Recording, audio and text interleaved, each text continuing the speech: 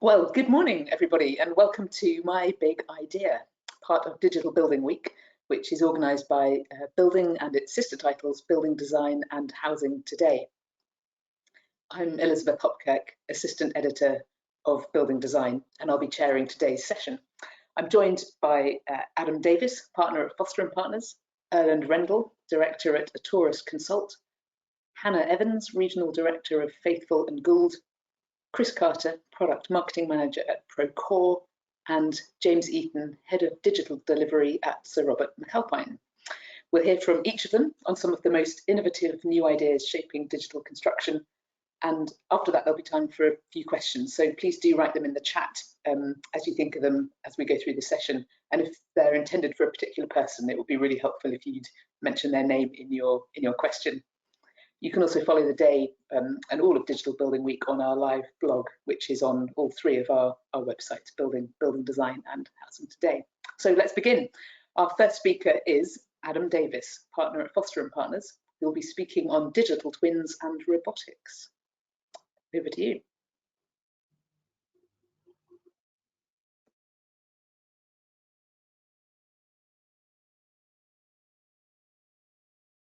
Good morning. My big idea is that the built environment is increasingly becoming a mix of hardware and software. Foster & Partners have, over 50 years experience as a practice in making amazing hardware, buildings, products, urban spaces, and infrastructure. Increasingly, as a practice, we are developing the integrated software for this hardware, intelligent systems that improve how we assemble, inhabit, visit, and experience our environment. A digital twin is a good example of this mix of hardware and software. Digital twins provide realistic digital models of a thing or process in the real world. We are developing a variety of ways to augment the interaction with our buildings, including dashboarding, extended reality, wayfinding, and analysis and simulation. So all of these, in a sense, are ways of interacting with these digital twins that I'm describing. As architects, we are intensely concerned with how our buildings are put together and occupied over time. For us, a digital twin needs to be spatially and temporally specific. For over a year, we've been using the Spot robot from Boston Dynamics to record detailed laser scans of our buildings over time. This can be combined with other data to inform our understanding of the building in construction and in use. For those not familiar, Spot is a quadruped robot that can walk a pre-planned route semi-autonomously. Taking laser scans along this route, which is one of the tasks that it can perform, from designated locations, Spot can provide immense amounts of detail about spatial composition. And because we can take these scans repeatedly, we can understand changes over time in detail. I'm very briefly going to describe to you a variety of research and innovation efforts that we have been undertaking over the last, let's say, year and a half. Much of it has been challenged by an interesting kind of software, that is to say, the virus that's been circulating the globe. So I'll probably be making reference to that at certain points and how it's sort of impacted our work. I'm going to be talking about post-occupancy twins, so how we might understand a digital twin of a building in use, and construction twins, or how we might understand a digital artifact that follows the construction process.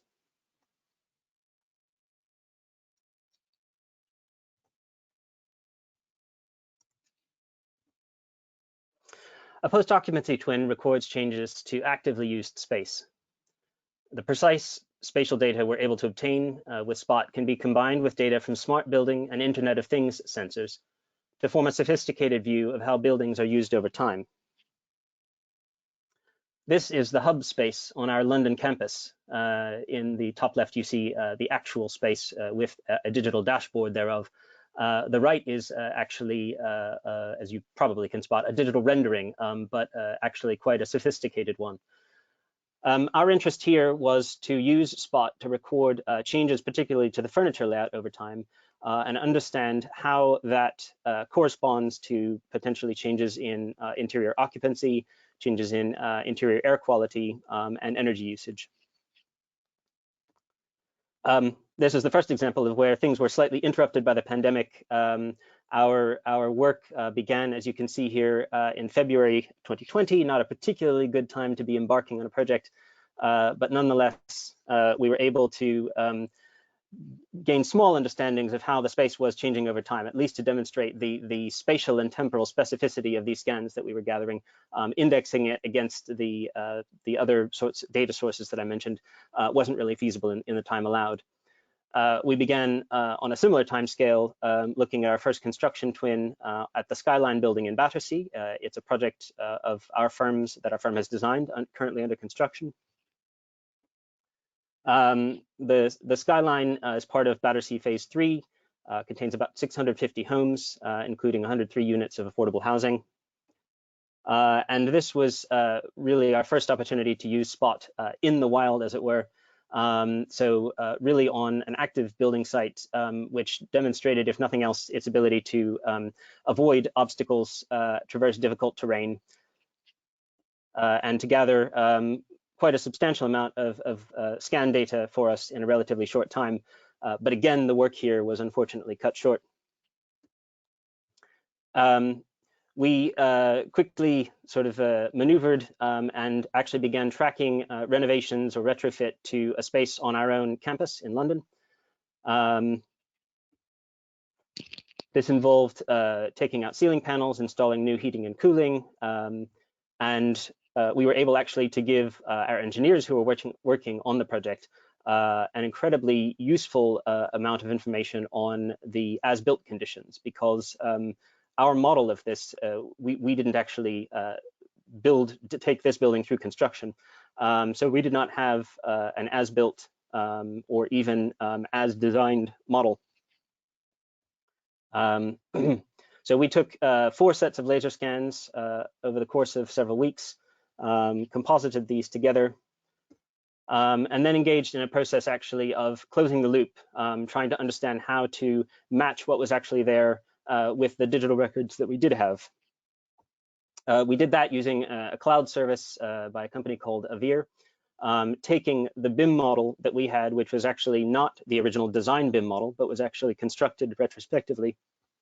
And this software allows us to actually compare our point cloud scan to what is actually found on site, and to do so in a phased manner such that we can understand and track changes over time.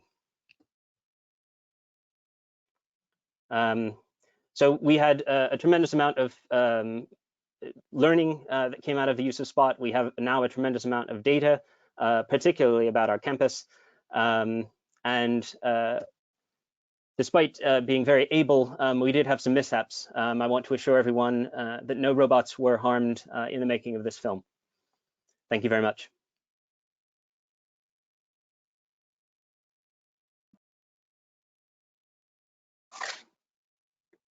Brilliant. Thank you very much, Adam.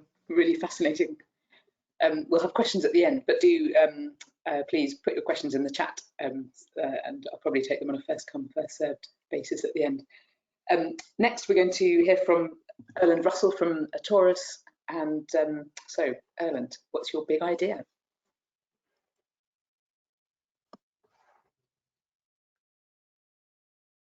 Thank you, Liz. Good morning, everyone. It's great to be here, and I'm hoping that you can see my screen now. Yeah. Yes. Yes, thank you. I just wanted to make sure. After a great day yesterday, it's lovely to be able to share an idea following yesterday's conversation about collaboration, and to share a panel with not only Forsters but other people. So I'm going to share with you an idea that I've developed now for quite some time, really around a major problem that was highlighted yesterday in terms of the construction industry. And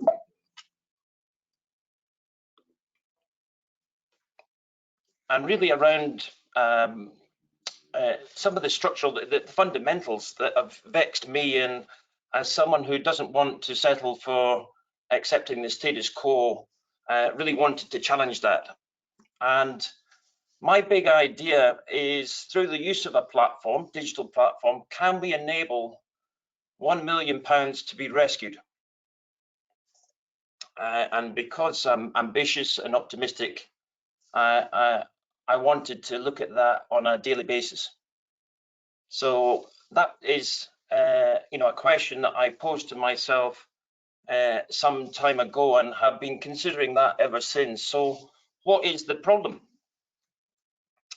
Well, within what we've researched on the industry is individuals that are involved in the business with the structure of construction, with the disciplines, the specialisms, etc. There's an issue around knowledge sharing, and whether that's waiting for information, duplication of effort, or actually reworking a task or process, essentially reinventing the wheel. And these are the things that come back to me, individuals within the profession, within this industry. And that's all driven from this silo mentality. Silos in terms of projects, silos in terms of businesses or consultancies, or silos in relation to individual expertise. This difference between standard knowledge that's normal convention and that unique knowledge that you have as an individual, it tends to be retained within your head. And as my friend at Cullinan, Robin Nicholson, shared yesterday, there's a whole number of reports that have been issued going back nearly 100 years now around this chronic issue within the industry around siloed knowledge. What does that mean in terms of me as an individual, for you as an individual? Well, productivity is one of those areas that seems to be a challenge for everyone to measure. I don't know whether you know whether this is a problem for you, how much time you spend looking for something, trying to access something, or doing something that perhaps someone else has done. So I'm going to share with you one example founded off a piece of research that's been undertaken in the US. And I'm going to use a number of team members, taking a typical project team, an average hourly rate, and then applying some metrics across that to see what is the cost of this data or knowledge leakage within our industry. Typical team size of 30, conservative low rate, I think average rate of £60 an hour, and simply on a weekly basis waiting for information. This research indicated an element of 5.5 hours, of 5 hours and 20 minutes essentially are taken up by waiting for information. Applying that across this assessment equates to £81,000 per annum. That is a significant, that is one resource, additional resource that you could have in your project. That is something else that you could be applying your time to. The opportunity cost is there. Equate that across the UK in terms of the projects that are over £5 million in value, and that equates to just under £365 million per annum. A significant leakage of value. So I come back to my problem, that question that I considered and thought, really, in this silo mentality, there is significant pain being generated. And that results in a whole number, it presents itself in a whole number of ways, not only financially in terms of quality, but also in terms of the individual. The fact that in construction, you're 3 times more likely to take your own life as a result of the pain of this industry is quite sobering for me, and something that I would like us to do something about. So back to this idea, is it possible, or is it just simply too optimistic? Well, actually, I believe we can, and we can enable that £1 million to be rescued a day. Question for you is that something you want to do, or is it something that you don't want to do? What's the solution? Well, I'm going to move to thinking about these beautiful creatures called bees. Bees are an amazing component to our natural world. They serve a purpose primarily to pollinate plant life. And that's great for farmers, it's great for gardens, it's great for horticulture as well as agriculture. And that's what these bees do. And the various species of bees, they have a structure, they have a hierarchy similar to construction. And yet, between the queen, the drone, and the workers, they have a lifespan typically of about 6 weeks. There is a repeat turnover in terms of that resource, similar to construction.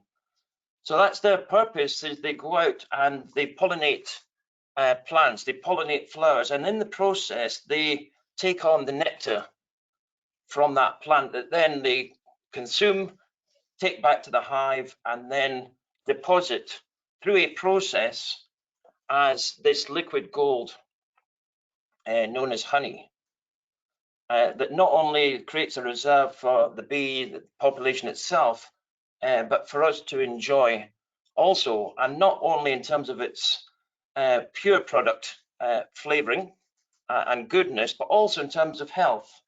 The fact that honey is now being used to treat cancer and various other, historically, it has no expiry date. And I think that's a real reflection of the data, the process that we go through in construction. We pick up things as we go along. We are able to pollinate and share, but we're also able to extract and process that information, that data, and create knowledge.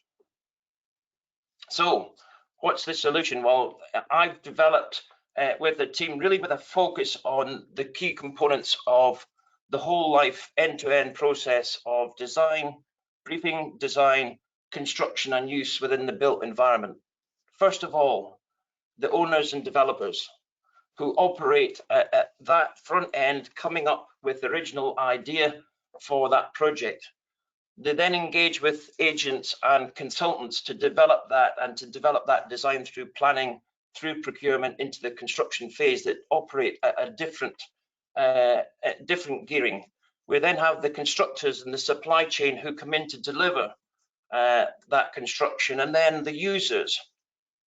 Where is that feedback loop? Where is that connectedness? Where is that shared learning between these entities? And what I've seen is that within that, we have a back and forth. We have that knowledge, those painful points within that process of going back and forward, which I'm sure you recognize. The idea is to take that away and to create this flow, this smoothness in the process, so that as we look at the knowledge journey from start to finish, we start with the data, the who, the what, the where, and the when, and collect that. And as we build that up through the relations, we then start to apply the information of how that data was deployed. And then we can start to use some data analytics and look for patterns. Is there anything that we can look at and therefore predict? And we get into the world of artificial intelligence. That's where we create the knowledge. And importantly, the why. Why something is what it is, why it was intended to be what it is, the aspiration behind something. That human experience that then starts to develop principles so that we can evaluate and establish our understanding. Across the design process, what I've called the dream it to use it, we have these 8 areas that basically pick up, like a bee with the pollen, the data from each stage of the process, sometimes concurrently, sometimes sequentially. But that data is not lost. Deloitte a couple of years ago said that 95% of data in construction is lost. Well, let's do something about that. So for me, what now? I'm sorry, your 8 minutes is just about up, but carry on. I'm just finishing, Liz. Thank you. So what now? It's back to that decision. With that value, the 365 million, the £1 million a day, do you want to save that Do you want to do something about it? Do you want to improve and provide pain relief or not? That's a decision for the market. I would welcome you to look at Glue IQ and to review and come on the journey with us as we look to save that value and apply it into the construction world. Brilliant. Thank you very much, Ellen. Sorry to interrupt you there, being a strict timekeeper. That was really fascinating. Thank you. Very, and some beautiful slides as well, if I may say. Hannah Evans is next. She's Regional Director at Faithful and Gould, and you're going to be talking about the your construction playbook navigator, I think, aren't you? Over to you.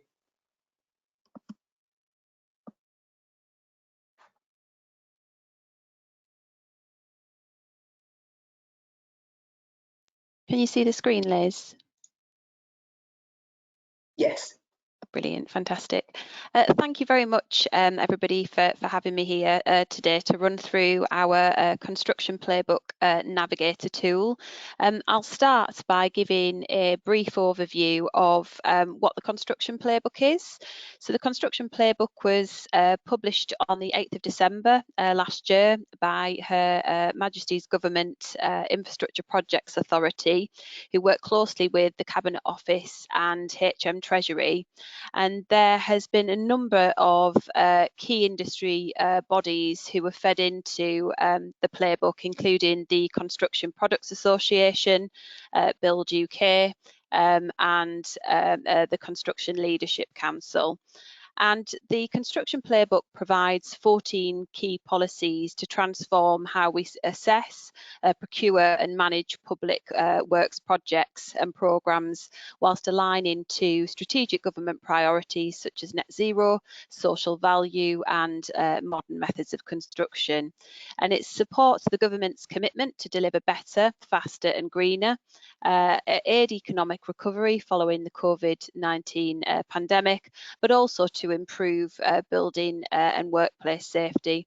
And as I've mentioned, there are 14 key policies. That slide came up a bit early, sorry. And I won't run through them all today because we don't have the time, but just to give some examples, we've got commercial pipelines, market health and capability assessments, outcome-based approaches,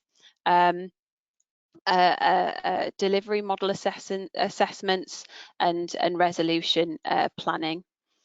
So why did we develop an interactive playbook tool? Well, we've got a long-standing reputation of supporting public sector clients to deliver value. As I said earlier, the playbook is mandated for central government departments on a comply or explain basis. We want to support our clients and our staff in sort of rolling out playbook policy. And we're aware of the increasing urgency to drive key policy outcomes such as net zero and social value, to consider approaches to asset delivery such as modern methods of construction, to consider digital approaches to design, delivery and operation, and to drive value and efficiencies in procurement and contracting. And our tool prompts discussion at key delivery stages across all 14 key policies at both organisational level, so that left of REBA stage 0, and programme and project level. And what I'm going to do now is dip into a demo of the tool. Liz, if you can let me know when this comes up, please. Can you let me know that that's, can you see that?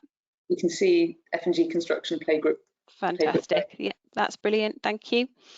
So this is the front cover, and it's a fully interactive and auditable tool.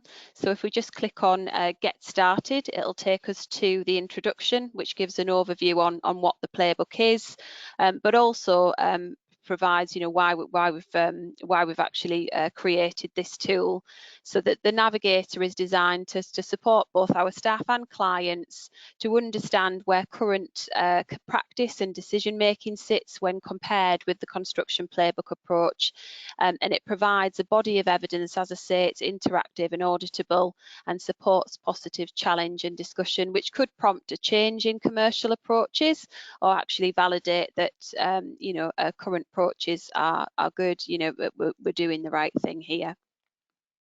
So I'm going to now touch on this digital roadmap, and you'll see that this is, we've got a road with a roundabout in the middle, and essentially to the left of the roundabout, we've got that sort of organisational policy alignment and decision-making phase and discussion with clients, and to the right of the roundabout depicts the project or programme delivery stage. And we've got these interactive buildings that represent each of the 14 key policies, and there's some duplications on either side because you might actually touch on it at organisational level, but also at project and programme level. And many of the playbook themes sort of require corporate approaches, so that left of RIBA stage 0 phase, so that they can be applied at project level. And as I say, all of these buildings are fully interactive.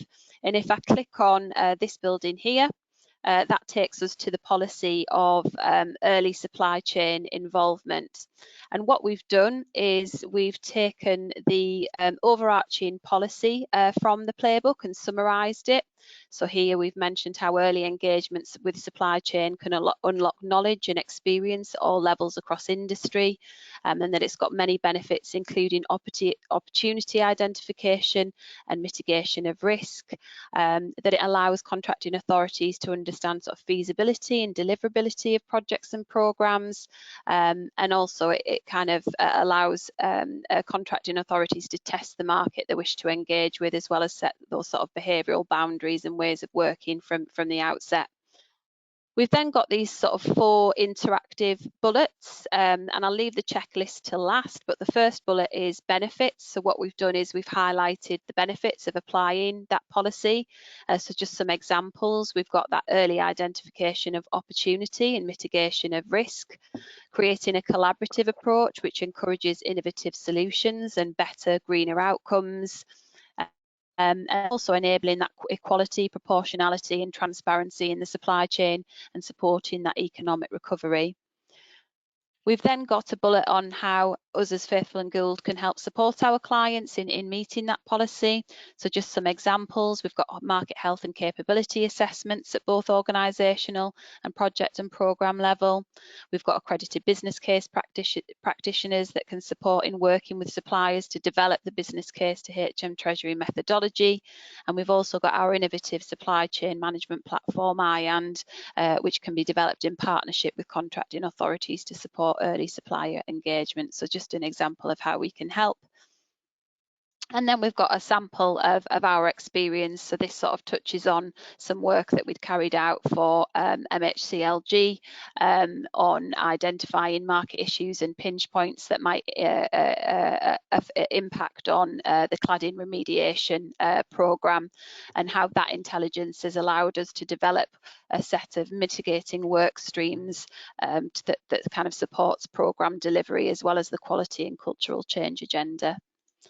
And we've then got the interactive checklist. So this provides this sort of interactive and auditable elements of our Navigator tool.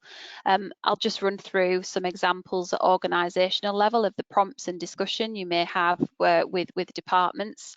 So the first is, has the contracting authority engaged early with supply chain to assist in structuring projects and programmes into portfolios of work? Yes for comply, or no for explain. For this we've put yes for comply, and this is just a hypothetical example. So we've held collaborative virtual market engagement with the client, whoever that is, Estates Delivery Directorate, their commercial team, and the CCS Construction Works and Associated Services and CCS Modular Building Solutions framework providers on the 10th of October to discuss the programme of work and the number of units to be achieved. Engagement identified Cat X and Y builds would be more suited to Tier 1s on the Constructor Services framework, whilst Cat Z builds would be best suited to the CCS Modular Building Solutions framework. Presentation and minutes attached. Has the contracting authority engaged early with the supply chain to assist in understanding market health and capacity across its portfolios? tick yes for comply or no to explain.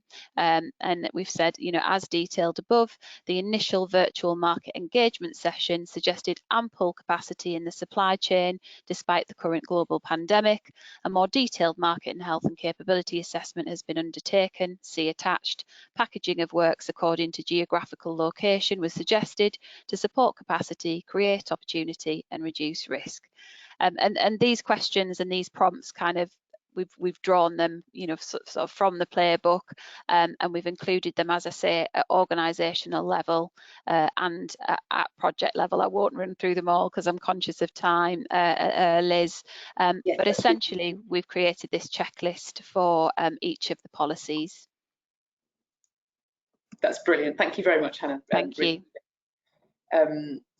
Yeah, thank you. I can see some questions coming in. Please keep them coming. And now we'll turn to Chris Carter from Procore. Chris, what's your big idea?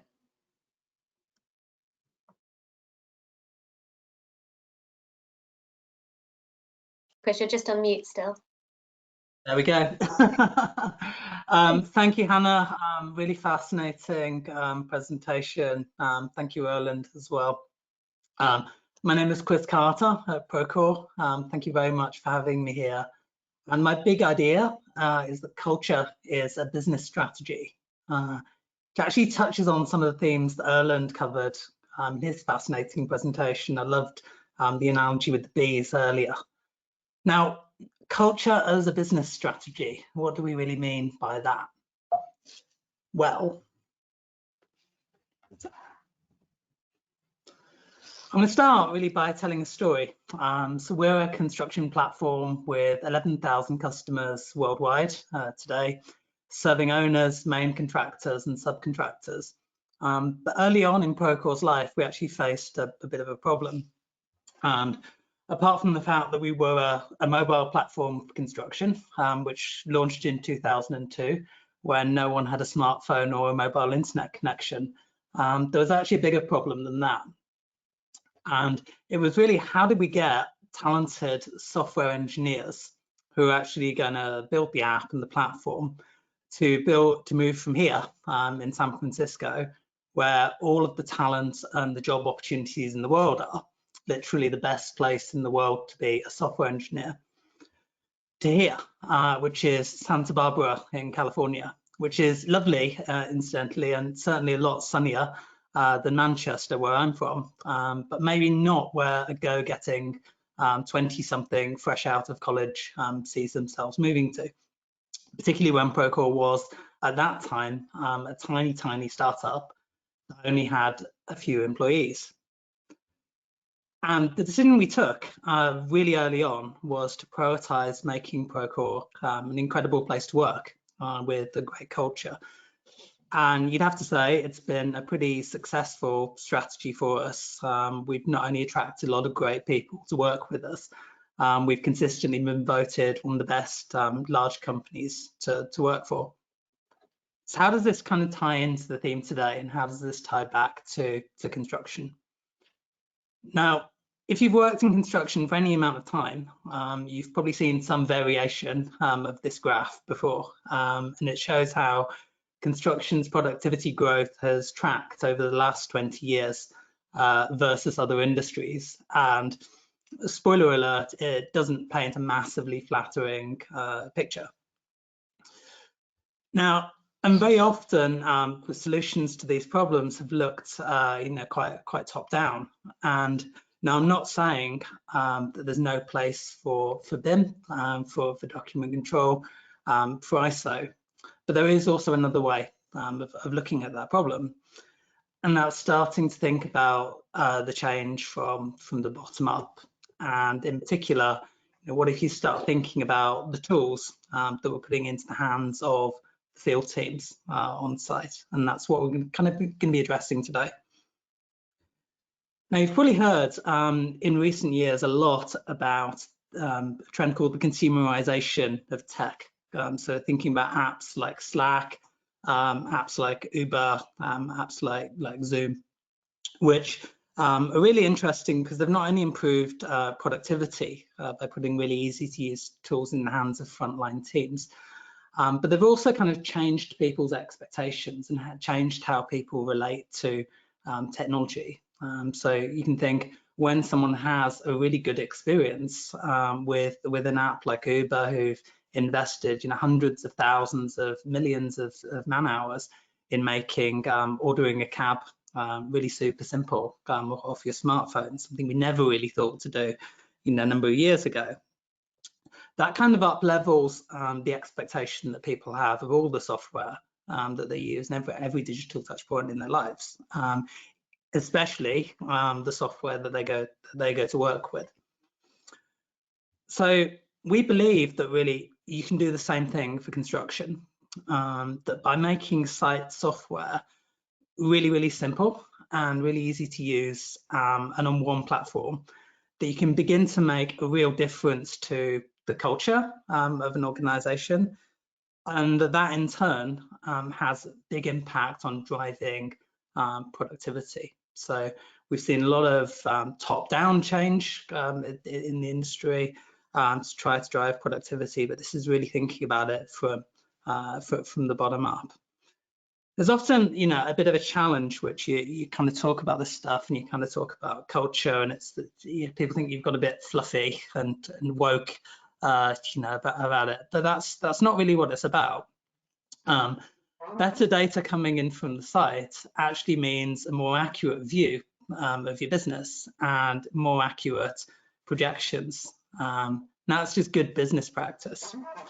Now, we're not fools about this. Many owners, contractors, subcontractors we know are taking the decision to invest in technology to level up their business. This is describing a change which you'd have to say is already taking place. Digitization is here, and digitization is already creating kind of winners and losers. But what you find is that, and what construction businesses are finding, is that not all solutions and not all platforms are created equal.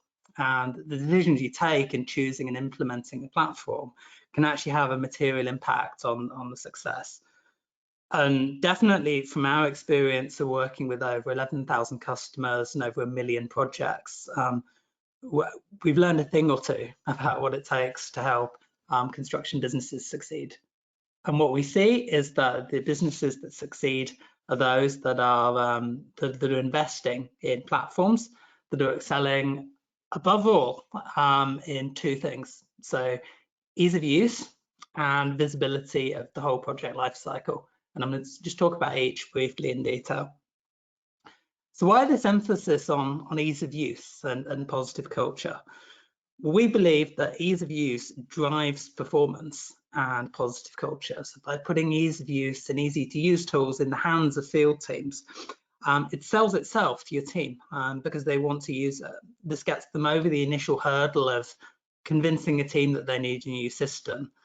Further, and this is an insight which is kind of easy to miss, but the insights you get in the office are only as good as the information you actually have coming from the field. If site teams are not using the tools that you're kind of putting in their hands, or they find them hard to use, that means that the data you're getting from the site is going to be incomplete, which means you're going to be taking poor decisions off that data. So for that reason, it's essential to equip site teams with tools that they actually find comfortable using. There's actually been some research which I was looking at this morning, where research from Oxford University Said Business School, and it was conducted not in construction but at BT contact centres, that said that workers are 13% more productive when they're happy, and that if companies can reduce employee stress and improve happiness by making their lives easier, that can have an effect on jointly improving company well-being and productivity. So we're talking very real and very tangible kind of business benefits here. And the second big driver for this for culture really is visibility of performance. And the visibility of performance really comes from when you build from the one reliable platform. So visibility drives increased confidence, understanding exactly what's going on here with the work you're responsible for, can improve the management, stakeholders and teams' confidence in the ability to deliver a project on time. And the really important thing here that we found that to reap the maximum benefits is that data is live coming from the site. So there's no lags, there's no you're having to go back and update a spreadsheet. It's accurate, the data, you're actually getting an accurate picture rather than what a site manager is just telling you verbally. And that also that data is complete, that it's coming from across your whole project. And we have seen businesses really transform themselves. And clearly, if you can put better UI and better tools in the hands of site teams, you can begin to break down some of the adversarial and really challenging relationships within construction. We've seen tragic instances in construction, not only of mental health issues, but actually recently of people attacking even their own colleagues out on site because the relationship breaks down to that extent. And that's clearly not something that we want to see as an industry. And it's our belief that this is something which the industry hasn't. Oh, you wrapping me up. Carry on, but 1 minute. Cool. Yeah, that's cool. So it's our belief really that this is something that the industry hasn't prioritized enough. And we believe that the solution to this challenge really is that the construction industry working in partnership with the software industry.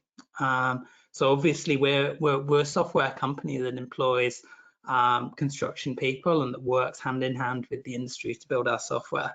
And that is really the way we see the industry moving forward. The days of the software industry throwing solutions over the wall and hoping they stick is thankfully long gone. And my ask of you, just to close up, is really, if you hold your vendors to account, if you're implementing software and you feel that relationship is not good, to challenge them where they're coming up short. And definitely, we would welcome having a conversation with you on that score as well. Thank you very much. Brilliant. Thank you very much, Chris. Yeah, sorry to cut you short. I'm really keen that we have time for questions at the end, so please keep your questions coming in the chat. Thank you, Chris, for that really interesting and also quite sobering presentation. Finally, we're going to hear from James Eaton, who's Head of Digital Delivery at Sir Robert McAlpine. James, what's your big idea? Hi, Elizabeth. Can you hear me all right? Yes. And the last bit is, can you see my screen all right? Yes. Okay. Let me just pop that back on there. Just trying to get this out of the way so I can actually put the slides in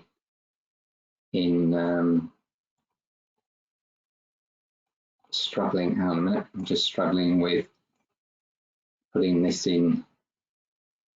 They're not in normal mode, are they? Not in If you just go mode. you click on the slideshow at the top of the toolbar. Oh, right, yeah. I'm trying to find the button at the bottom. There you go. Can you see all that all right? Yeah, perfect. Okay, right. So we are going to talk today about the thorny issue of competence, and I'm going to take you through a case study on Sir Robert McAlpine have done on digital competence. So the case study is going to be around digital competence, but I think most of us are probably going to start wrestling with the issue about competence and what's coming out of the industry. Okay, for some reason, they're not turning at the moment. Hang on, let me just... they're not turning, the slides aren't turning. Hang on. Okay, there we go.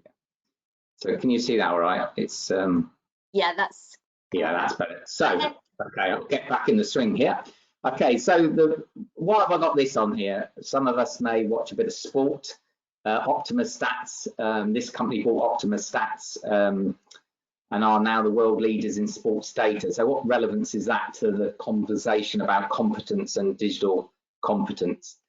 Well, if you think about it, and we started at Sir Robert McAlpine thinking about not Harry Kane, but we thought well, why do we not have the same data about our people as we can actually dial up any of us on screen and look at Harry Kane, and these are the Optima stats, out of date if those who are keen on football, because he hasn't been so good as he is when I took these slide shots. But you can go on there, and then the current manager would look at those skill set with his experience. He would look at the ability of that person and look at the role he's got to fill and the data set that he's got. So in this case, he's a forward. So you'd look at how many goals, less to do with the defense and attack and more about his goals. And you've got all that data at your fingertips. And why don't we have that for people that work for us in our industry? And that's where we started our journey.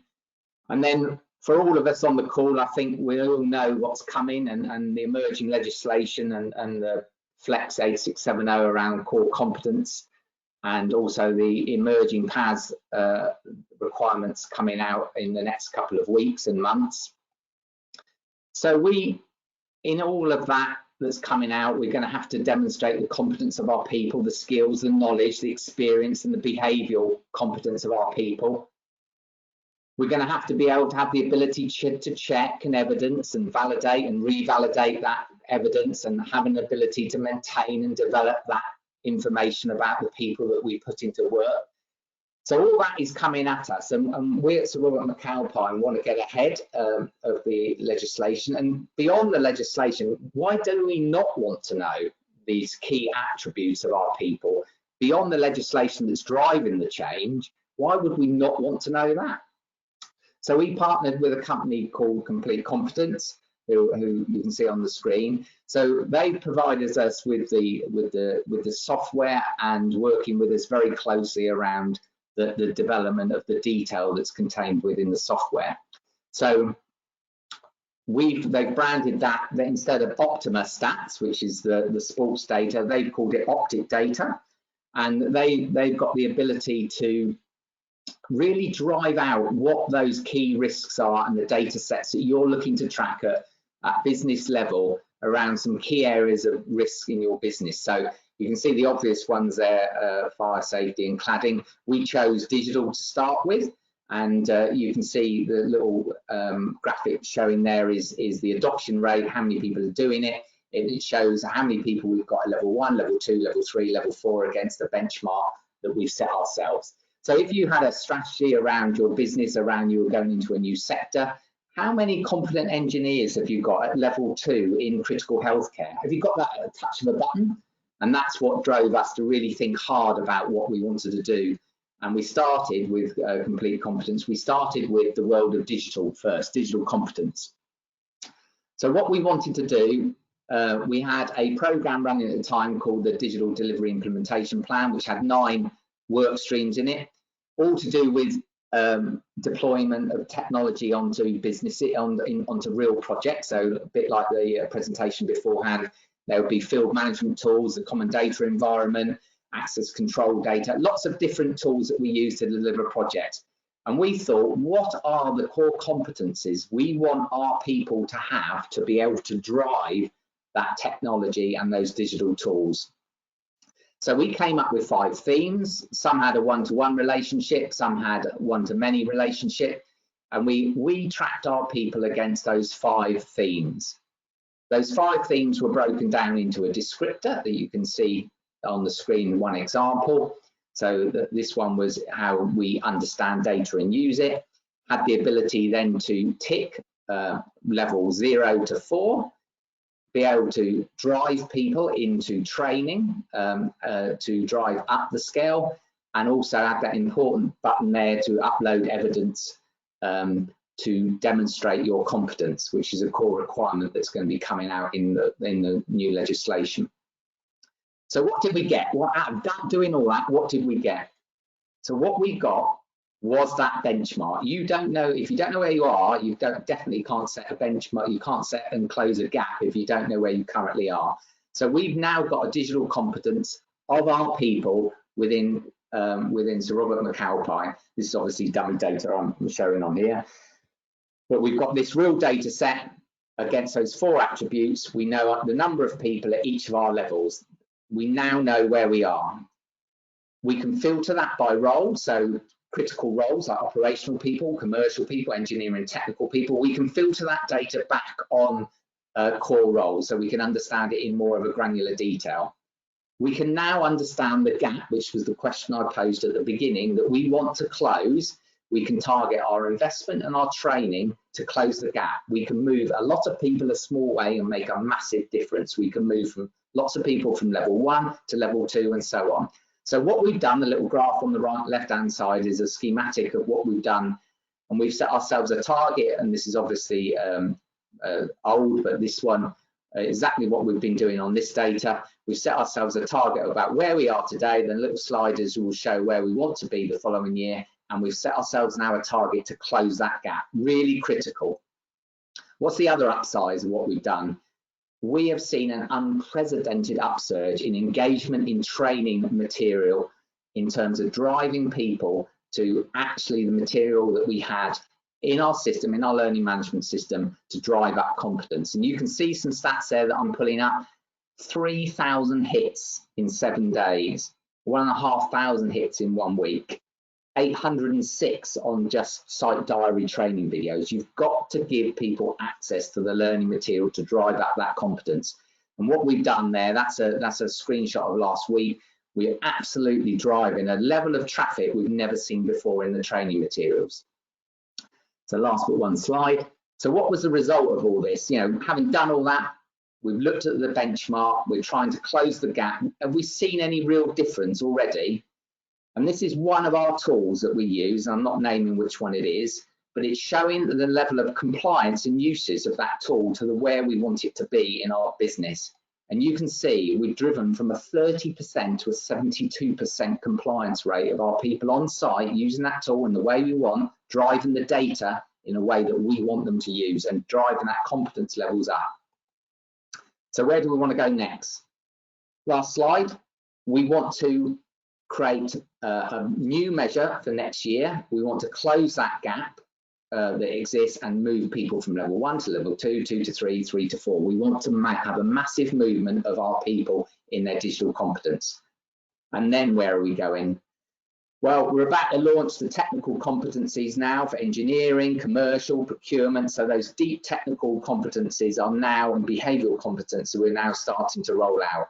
We've had a bit of a sort of review by the CITB and really recognising the need for what we've done as being pretty trailblazing. And what we've done is partnered with Complete Competence down there to develop them. So they've given us the software, ability to surface the data, and then we're able to work with them to write the correct competency. So we've seen a real difference in the last 3 to 6 months of having done this. So that's definitely not my big idea, it's our big idea, and hopefully that was useful to you. A little bit over time, sorry Liz. But You're welcome, James. Thank you. Thank you all very much. Can I ask you all to come back into the room with your cameras on? Thank you all very much indeed for really fascinating presentations on yeah, covering a lot of ground. We don't have a lot of time for questions. I'll just a couple of quick fire ones. This is for you, James, I think. Were these levels self-assessed, or was there an objective score required? So we've started with a self-assessment. What you saw was self-assessment, and then there's a line manager validation of that self-assessment, and that's what we're going through now. So that data was self-assessed, and now they're going through a line management validation of that data. Brilliant, thank you. And Erland, a quick one for you. What are the different modules within Glue IQ, and how do they all interact? Don't give us a definitive answer, but I'd love to know. So dream it to use it. It's right from the first idea of needing something that might involve construction right the way through to its use. How does it interact? It's like that. It's a platform. It's the web, so it tracks right from that initial idea, all of the inputs, the outputs, and tracks that through. If you go to the website glueiq.com, you'll see each of the modules described there. Thank you very much, Ellen. That's brilliant.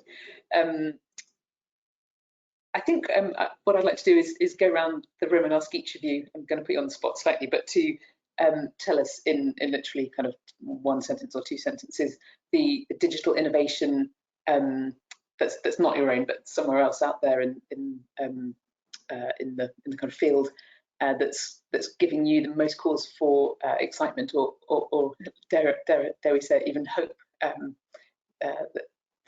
that we can transform the future through digital innovation. Erlend, why don't I start with you? What's making you excited at the moment in the digital sphere? I think, well, there's a whole number of areas that I think is fantastic. Construction's way behind. So the scale of digital devices, the ability to capture, whether that's thin film, whether that's a coating, the ability to power itself through light, and that application around thin film and what that can do in terms of embedding tech and those devices within anything that we do. Brilliant. Wearable, robotic, whatever. Fantastic. Chris, I'm going to come to you next. Just a very quick answer, if you will.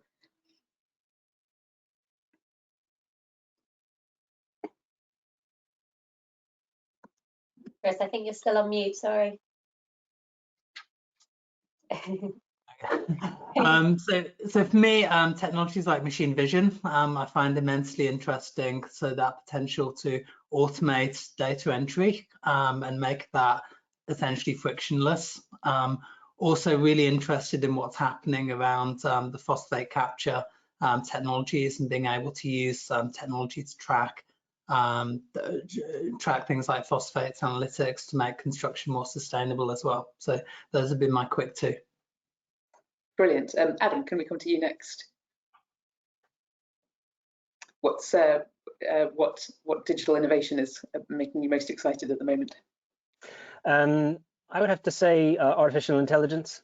I think we're exploring a lot of applications currently in the sort of design and productivity realms already within our practice.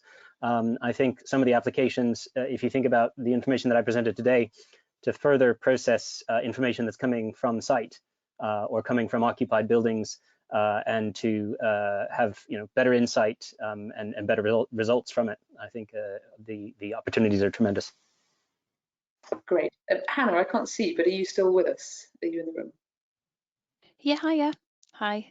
I think for me, sort of anything around sort of robotics, anything that kind of drives sort of efficiencies in the construction process, I think is really clever and really exciting.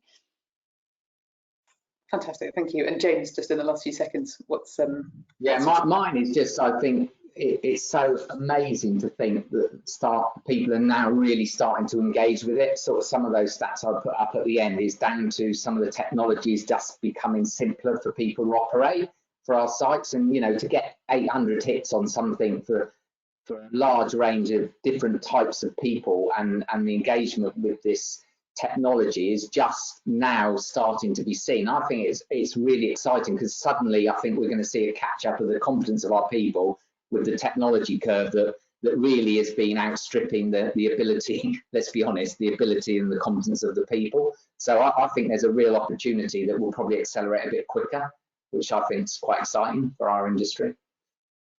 Terrific. Well, thank you all so much. It's been a really fascinating morning and session. Sorry, there's not time for more questions and discussion, but I don't know how one does this, but would everyone in the room join me in thanking our panel very much indeed for fascinating presentations. Thank you, and enjoy. Thank you all. Thank Cheers. you. Thank you.